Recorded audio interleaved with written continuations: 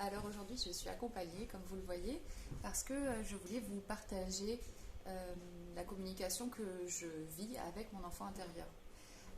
Alors le concept de l'enfant intérieur, d'abord juste un mot ce sujet. Donc il a été théorisé par le psychologue et psychiatre Carl Gustav Jung.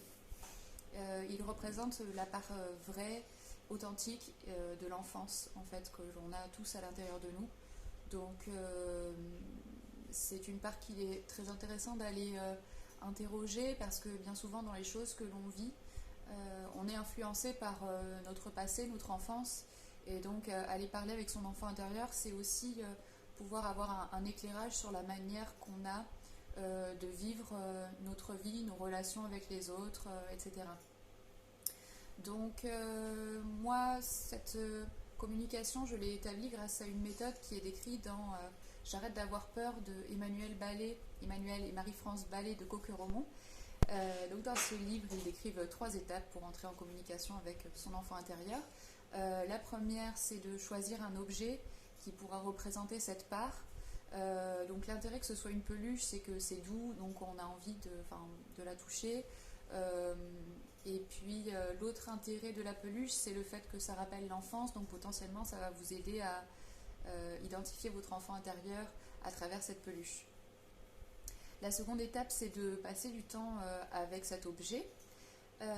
Donc faire toutes les choses que vous aimez faire mais avec cet objet, comme aller marcher, regarder la télé, je ne sais pas ce que vous aimez faire, mais voilà, le faire avec cet objet. Et puis la troisième étape, c'est tout simplement la communication. Alors normalement, si vous avez passé du temps avec l'objet, vous devez au bout d'un moment réussir à communiquer avec.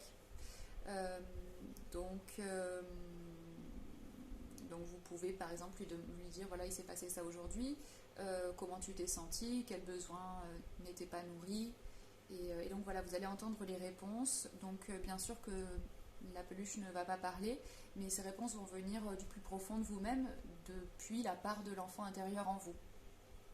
Donc c'est des réponses qui sont parfois déroutantes parce que ça peut générer beaucoup d'émotions, si c'est en lien avec des blessures de l'enfance notamment.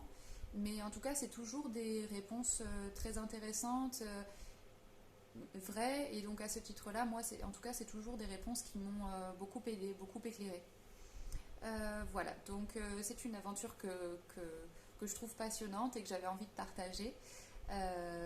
Si jamais ça vous dit de vous lancer dedans, bah, vous êtes les bienvenus. Vous avez déjà les premières étapes dans cette vidéo. Et puis dans d'autres vidéos, je vous raconterai voilà, la suite de mon cheminement avec l'enfant intérieur, en espérant que ça puisse inspirer d'autres personnes. Voilà. Je vous souhaite une belle journée. Au revoir.